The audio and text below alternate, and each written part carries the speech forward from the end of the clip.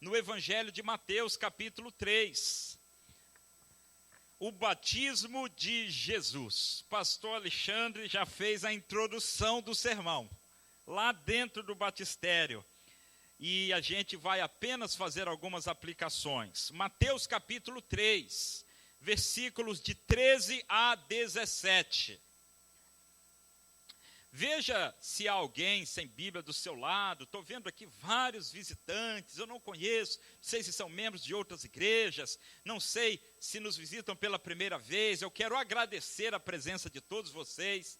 E veja se tem alguém porventura sem Bíblia perto de você. Compartilhe para que todos nós participemos desta leitura. Mateus capítulo 3, de 13 a 17, diz assim a palavra do Senhor. Então Jesus foi da Galiléia para o Jordão, para ser batizado por João. Mas João tentou impedi-lo, dizendo: Tu vens a mim? Eu é que preciso ser batizado por ti. Verso 15. Jesus lhe respondeu: Deixa por enquanto, João, porque assim nos convém cumprir toda a justiça. E então João consentiu. Depois de batizado, saiu logo da água e viu o céu se abrir e o Espírito de Deus descer como uma pomba vindo sobre ele. E uma voz do céu dizia: Este é o meu filho amado, de quem me agrada. Irmãos, o batismo não era parte da religião judaica, não era. Havia muitos símbolos na religião judaica que na realidade se cumpriram em Jesus. Eram símbolos que apontavam para uma realidade em Jesus. Aquele cordeiro da Páscoa, aqueles animais no holocausto, o próprio tabernáculo, o templo, tudo aquilo era simbólico do que Jesus faria fisicamente enquanto esteve aqui. Mas o batismo não. O batismo não fazia parte da religião judaica. A prática do batismo, ela surge no chamado período interbíblico, 100 e poucos, 200 anos antes de Jesus. E no Novo Testamento, essa prática é introduzida por João. E o batismo de João era o batismo do arrependimento. Se você voltar atrás um pouquinho aí na sua Bíblia, em Mateus 3, você continue com a sua Bíblia aberta que nós vamos analisar esse texto. Mas no capítulo 3 começa dizendo assim: Naqueles dias apareceu João Batista, pregando no deserto da Judeia e dizendo: Arrependei-vos, porque o reino de Deus chegou. O batismo de João era, então, o batismo de arrependimento. A mensagem de João era: vocês precisam se arrepender. Se arrepender de quê, irmãos? Dos pecados. E essa era a mensagem de João. E o capítulo 3, ele vem dizendo que alguns chegavam para Jesus para ser batizados sem que tivessem de fato se arrependido. E aí João não deixa barato não. João diz assim: raça de víboras, um carinho que só, né? Raça de víboras, vocês vêm ser batizados e não se arrependeram. Por que, meus irmãos, que estou frisando isso? Porque o batismo de João era uma mensagem de arrependimento. De repente, chega quem lá para ser batizado? Jesus. Aí João fica confuso. Jesus, o senhor não. O senhor não. Porque esse batismo aqui é para pecadores. Vocês que se batizaram hoje, por que é que vocês se batizaram? Porque reconhecem que são pecadores, mas que Jesus os fez pecadores regenerados, mas pecadores. Aí chega Jesus lá para ser batizado por João. João fica numa crise tremenda e diz assim: Jesus, Eu é que careço de ser batizado por ti, e vens tu a mim? Já parou para pensar nisso? Se batismo, na concepção de João, é confissão de pecados e arrependimento de pecados, por que é que Jesus se batizou, se ele não tinha pecados? Com o desenvolvimento da doutrina do Novo Testamento, o sentido de batismo ele é ampliado. Ele não perde aquela essência de João, do arrependimento, mas, por exemplo, no texto de Colossenses capítulo 2, é muito claro, também em Romanos, também em Coríntios, e em vários lugares da Bíblia, o simbolismo do batismo. O batismo simboliza 3 coisas, a gente sabe isso, de cor salteado: morte, sepultamento e ressurreição. Vamos dizer juntos para a gente não esquecer?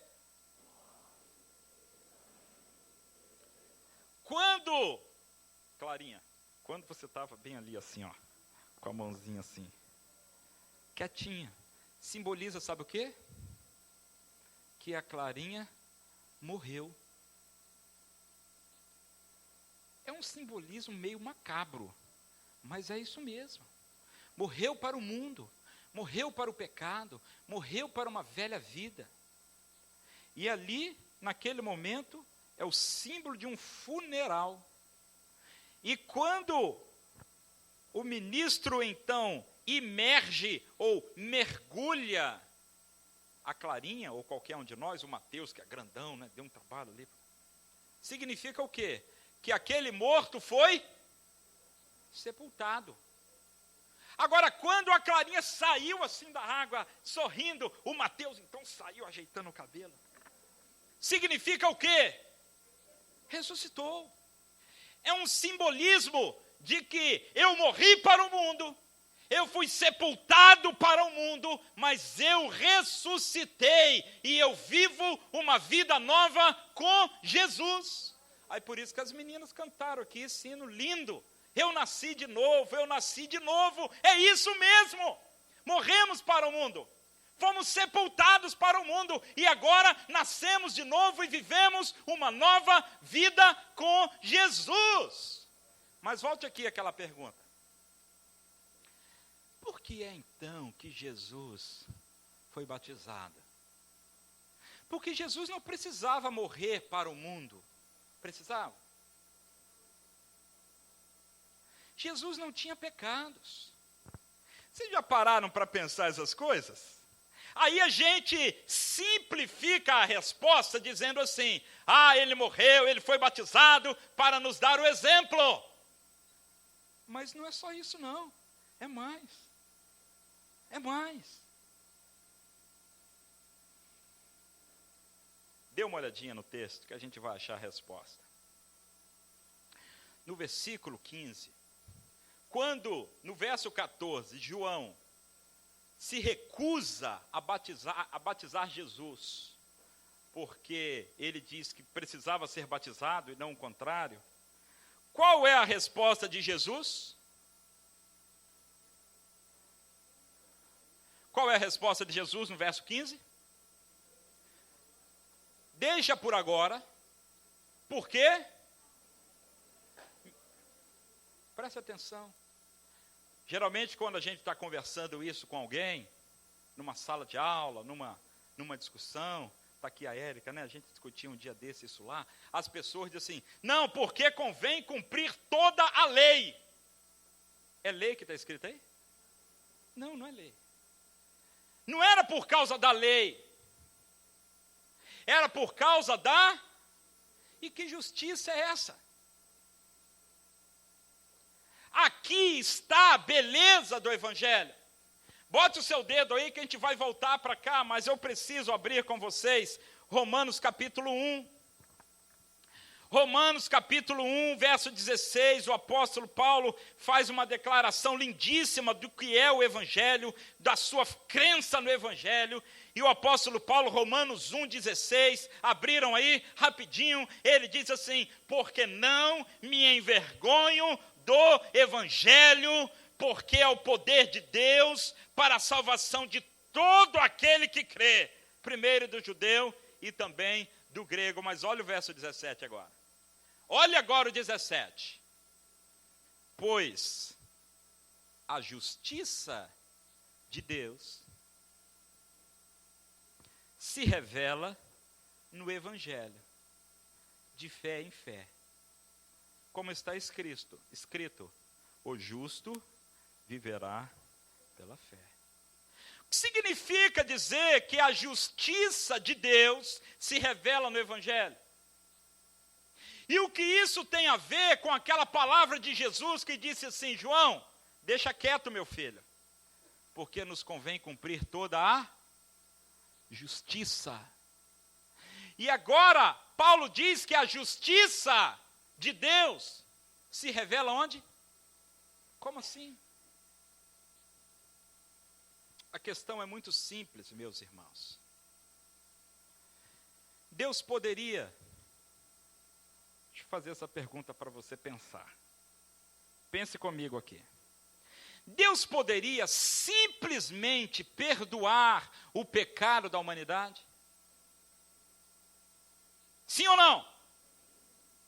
Sim ou não? Eu acho que não. Como não? Vejam bem, meus irmãos. Se chega um juiz de direito, e esse juiz tem diante de si um criminoso, um réu confesso, tem as filmagens, tem as testemunhas, tem as provas materiais, tem a sua própria confissão, e ele diz: eu matei, e eu estuprei, e eu torturei, e eu fiz tudo isso mesmo. E as testemunhas estão ali, e as provas materiais estão ali, e as câmaras de vídeo registraram tudo. Esse juiz, ele pode absolver esse réu e continuar sendo justo? Não. Não. Se o juiz absolve o culpado, esse juiz é injusto. Se Deus simplesmente perdoa o pecado do homem, Deus se tornaria o quê? Injusto. Concorda comigo? Por isso que a justiça de Deus se revela no Evangelho. Por isso que Jesus disse para João: me convém cumprir toda a, o quê? Justiça. E o que é o Evangelho? O Evangelho é o amor de Deus e a justiça de Deus. Porque Deus amou o mundo, que perdoou o pecado do mundo. É isso que está em João 3,16? Não. Deus amou o mundo de tal maneira que Ele deu o seu Filho unigênito.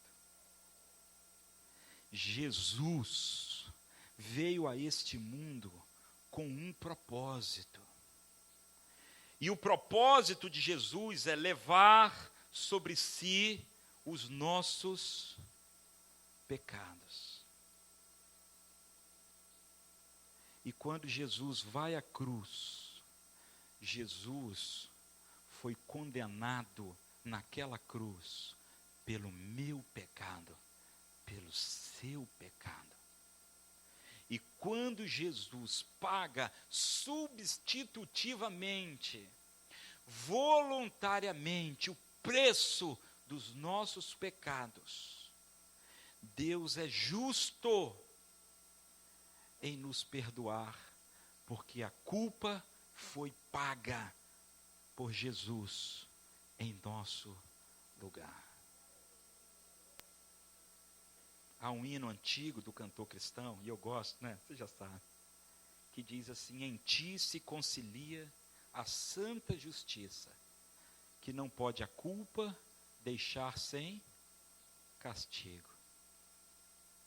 Quando Jesus morre na cruz, ele paga o preço do nosso pecado.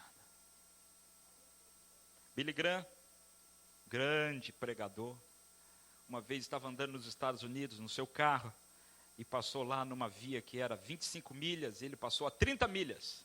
E lá nos Estados Unidos o negócio é um pouco mais arrochado, né? Se você passa e o guarda te pega e te leva para o tribunal. E ele foi lá para o tribunal.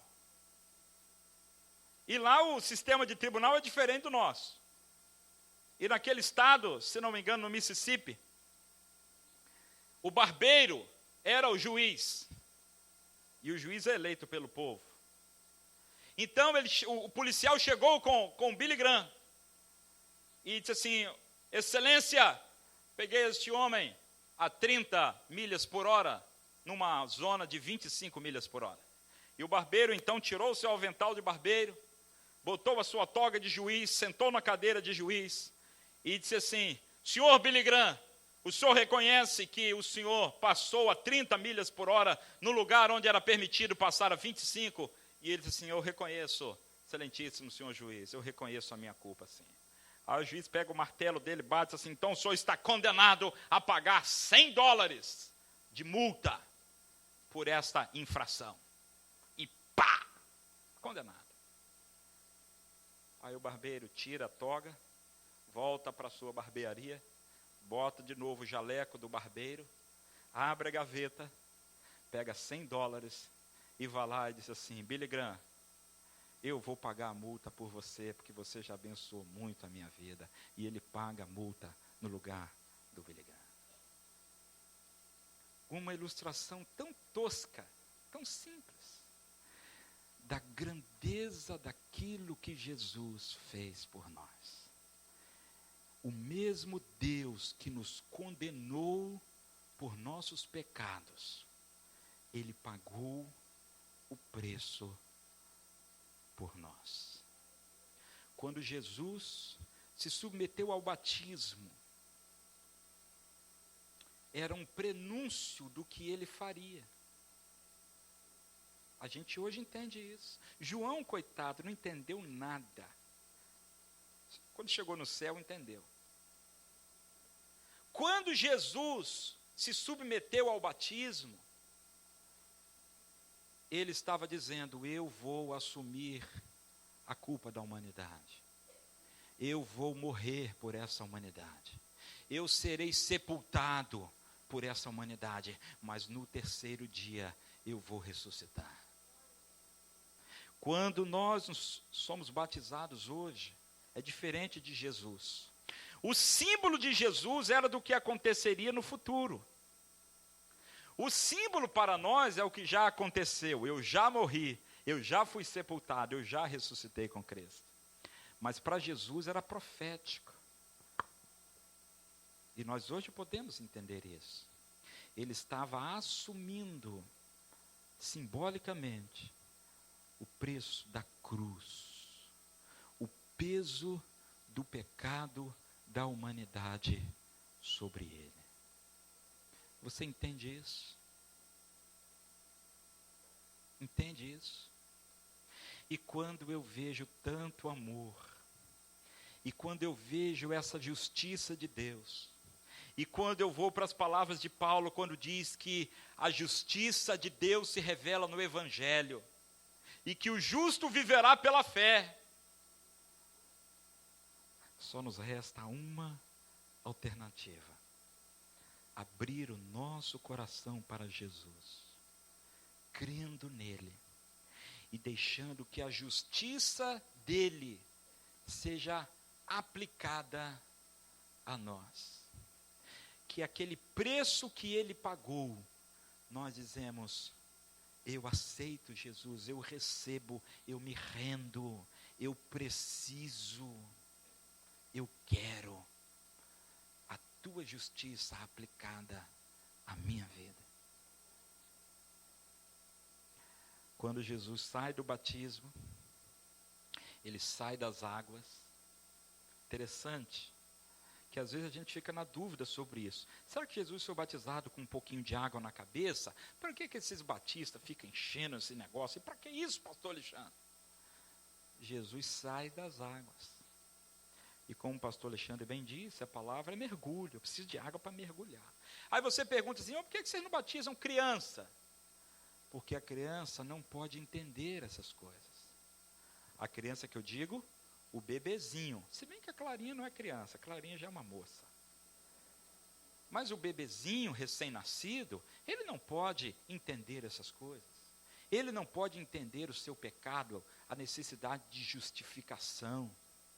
Ele não tem condições intelectuais para crer. Por isso que nós não batizamos crianças. Porque o batismo é para quem entende essas coisas. Entende essas coisas. E se rende a Cristo, se rende a Ele, se identifica com Cristo pelo batismo. E aí o que acontece quando Jesus sai da água? Uma voz do céu, primeiro o Espírito desce em forma de pomba, e uma voz do Pai diz assim, este é o meu Filho amado. Como é que está na sua versão aí? Em quem me comprazo, ou de quem me agrado, ou que me dá prazer. Por que aquela voz, irmãos? Ora, se ele se batizou somente para dar exemplo, que tanto prazer é este que ele deu ao Pai? Só pelo exemplo? Não. Qual a razão do prazer do Pai, naquele momento, com Jesus? É a obediência do Filho, de assumir a sua missão e dizer assim, Pai, eu vou até o fim, pela humanidade. O Pai olha para mim e olha para você hoje, e Ele quer sentir o mesmo prazer em nós, o mesmo prazer da obediência, o mesmo prazer de quem quer servir, o mesmo prazer de quem assume a missão, o mesmo prazer de quem se identifica com Cristo. Clarinha, você hoje deu muita alegria para o Pai. Você também, Mateus. Aleph, todo mundo aqui, eu não sei o nome de todo mundo, a Bélia, o Sérgio, o André e a Márcia, coisa linda, a Olga também, a Wanda, como é que é o seu nome? Isa, a Natália, esqueci de alguém não, né? Belle, não falei Belle, não, cadê Belle? Falei Belle. Mas tem gente aqui que ainda não deu esse prazer para o Pai. Esse prazer para o Pai de dizer assim, Pai, eu quero também entregar minha vida nas tuas mãos. E às vezes você cresceu na igreja, às vezes você conhece a igreja, você é amigo da igreja, mas falta para você aquela decisão de reconhecer os seus pecados, de entregar a sua vida a Jesus, de se identificar na morte dele, morrer com ele, ser sepultado com ele, para viver a nova vida que só ele tem. E nessa noite, a gente quer dar a você uma oportunidade. Eu quero perguntar a você que entendeu, que precisa da justiça do Evangelho na sua vida. Se você quer entregar a sua vida para Jesus agora e receber o poder do Evangelho na sua vida agora, eu peço que todos fechem os seus olhos, curvem a sua cabeça e orem ao Senhor. E você com os seus olhos fechados, você pode dizer para Jesus assim, Senhor, eu quero esse poder do Evangelho, eu quero essa justiça do Evangelho, eu quero essa vida nova do Evangelho. E se você quer, a gente vai orar por você agora. E às vezes a gente resiste tanto, resiste. E a melhor coisa do mundo é entregar a vida para Jesus. Tem alguém que quer entregar a vida para Jesus agora? Eu quero convidar você a levantar sua mão bem alto agora, que a gente vai orar pela sua vida.